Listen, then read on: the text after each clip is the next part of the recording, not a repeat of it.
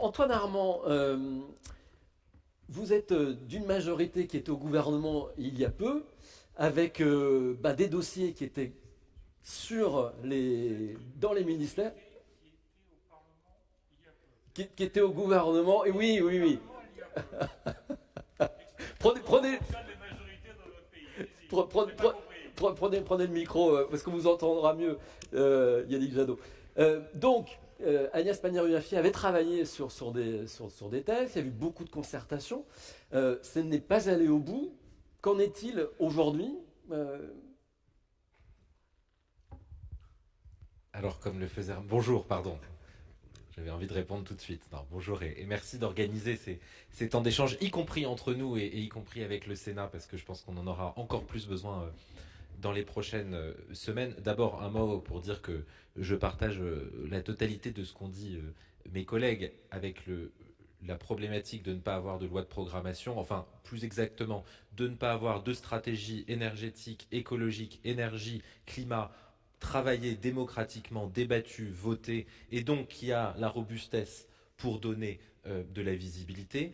On a au moins deux problématiques. La première, qui a été largement évoquée par mes collègues, c'est celle des filières industrielles qui ne peuvent pas s'appuyer sur des projets ou tout simplement sur de la visibilité pour produire, pour déclencher aussi des processus industriels. Et puis la deuxième qui me paraît assez tristement d'actualité, qui est que je prétends pas qu'il y a une corrélation directe ou unique, mais il y a visiblement un effet très marqué sur la demande d'électricité décarbonée. Et je ne réduis pas les énergies renouvelables à l'électricité, évidemment. Mais je remarque qu'en tout cas sur le volet électrique, on a, par rapport à ce qu'on espérait, une forme de dépression de la demande qui évidemment nous entraîne dans une sorte de cercle vicieux qui fait que chacun, notamment dans les milieux économiques, regarde avec prudence et se demande si on va vraiment tenir nos objectifs de décarbonation, si c'est une bonne idée d'investir, et donc ça, en retour, agit sur l'économie et notamment sur la production d'énergie renouvelable. Donc je pense que nous en avons absolument besoin. J'en profite pour dire qu'effectivement, on ne part pas de rien.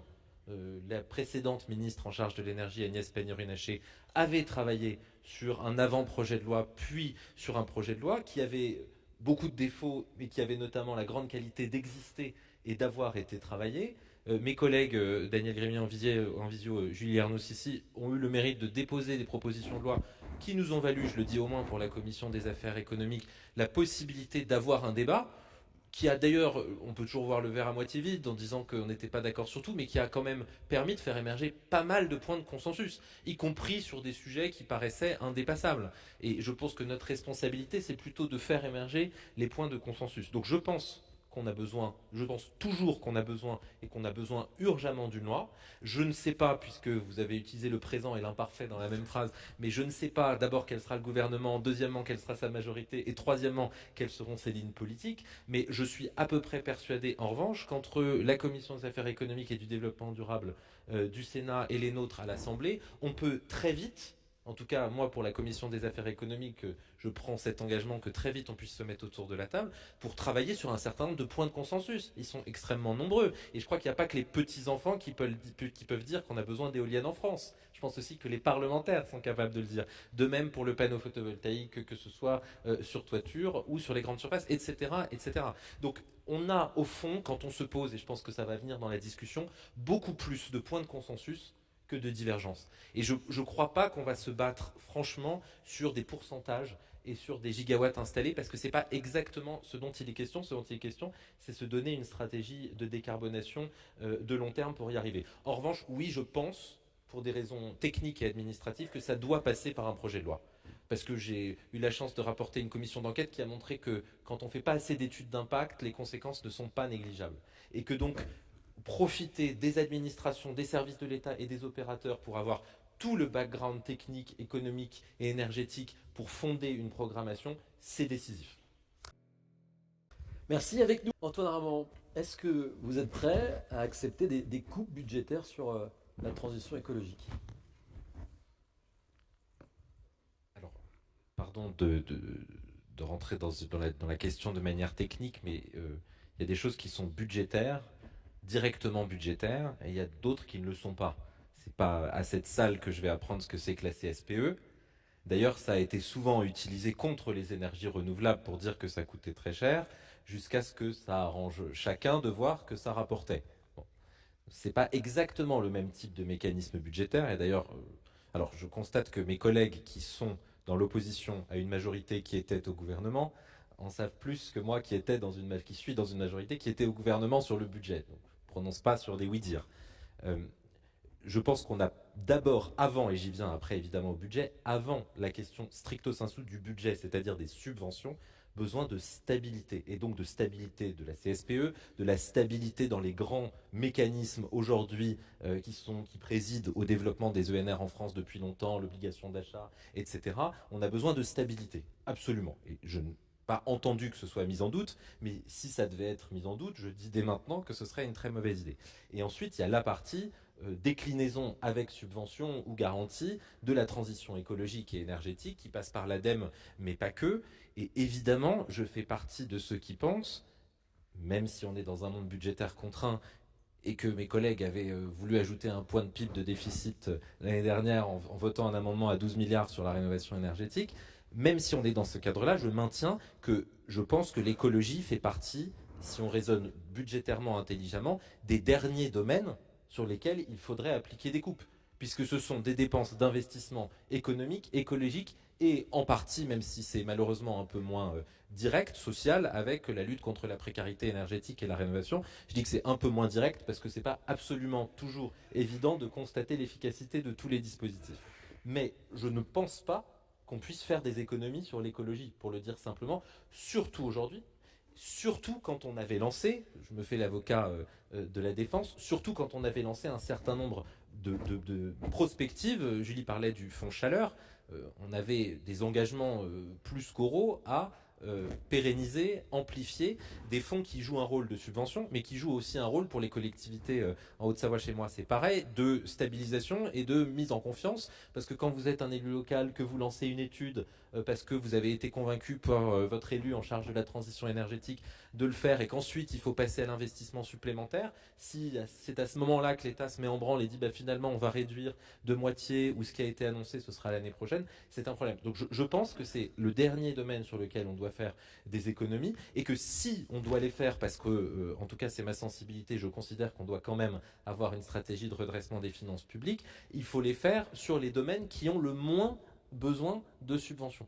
Et donc je pense aux filières industrielles qui ont besoin d'être soutenues, qui peuvent l'être d'ailleurs pas seulement budgétairement, mais aussi par des instruments européens, par une capacité de la France à aller demander, je vois qu'on a des nouveaux commissaires européens, des instruments de protectionnisme vert et des instruments beaucoup plus robustes, même si les commissaires européens sont, comme mon collègue Jadot, assez radicalement anti-nucléaire, ce que je regrette. Mais au fond, c'est ça, la première question, c'est la question du cadre économique, fiscal, qui doit présider à ça. Et d'ailleurs, dans la salle, je ne crois pas être face à des chasseurs de subventions ou à des demandeurs de budget. Je suis face à des entreprises qui demandent une stabilité fiscale réglementaire et un cadre fixe dans la loi qui leur permet d'investir. Et bien sûr, pour les collectivités, des garanties et des subventions. Mais ne le prenons pas à l'envers. La première question, et c'est pour ça qu'on a commencé par la loi de programmation, la première question, c'est d'avoir une perspective stable qui donne confiance et qui n'oppose pas les énergies bas carbone.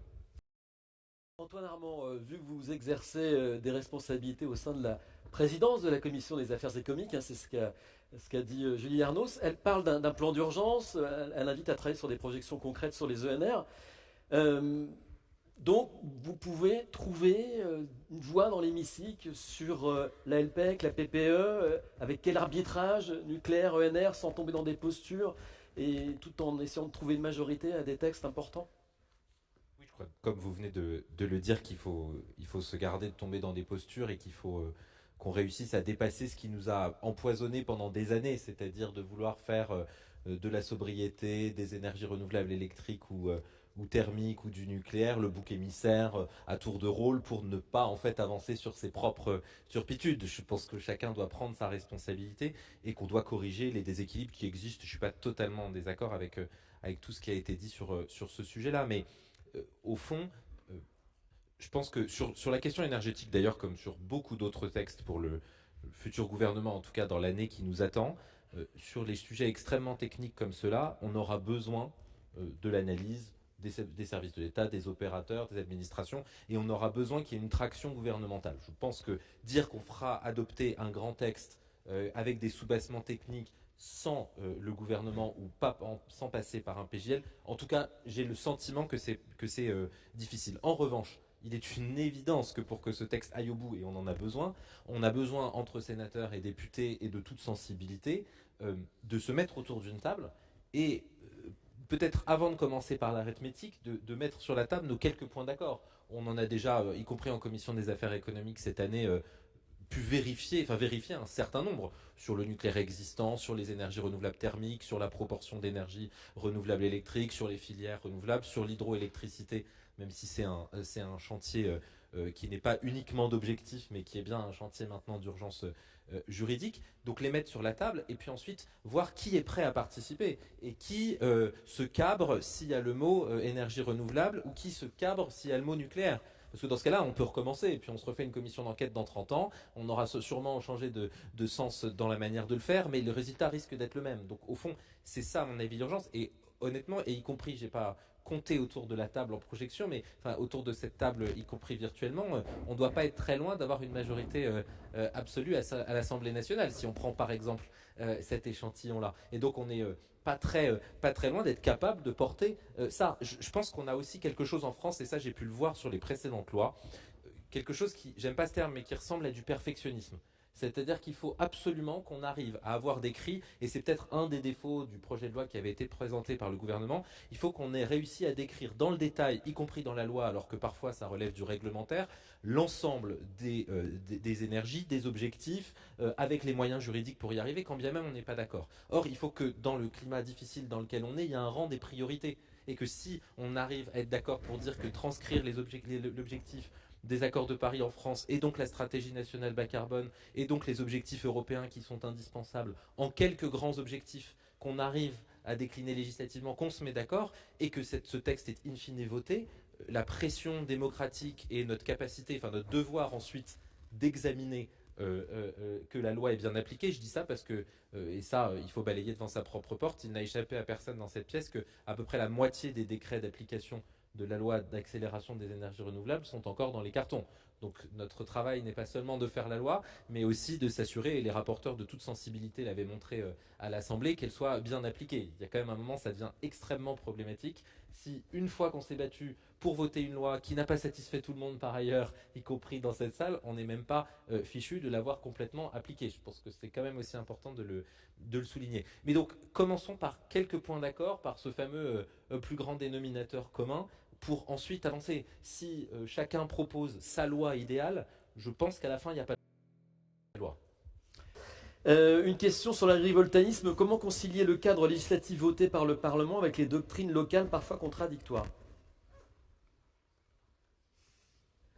Bon, une autre question. Non mais c'est important parce que c'est pas parce que c'est encore en jachère que c'est pas important, et c'est quand même par ailleurs la preuve que tout ne se résout pas par la loi ni par le règlement, mais qu'on est extrêmement souvent confronté à des pratiques administratives quel que soit le sujet. Moi, je ne suis pas choqué que ce soit encore hésitant et qu'il y ait encore du flottement pour quelque chose qui est extrêmement nouveau, dans un cadre, je le rappelle en passant, de crise agricole majeure et de défiance du monde agricole vis-à-vis des pouvoirs publics en général, qui ont l'impression qu'ils ne peuvent pas suffisamment vivre de leur travail et que donc une autre activité viendrait concurrencer la leur. Donc je pense qu'il faut quand même le remettre dans le contexte. Ensuite, comme toute bonne loi, après la loi et le règlement, s'il est bien pris, il y a des groupes de travail à l'Assemblée et au Sénat qui ont travaillé plus précisément là-dessus. Il faut aussi qu'on passe, et c'est notre travail dans les missions cette fois d'application et pas seulement de suivi, qu'on passe à scruter les circulaires, les informations qui sont concrètement données par l'exécutif pour que les DDT, ENCO,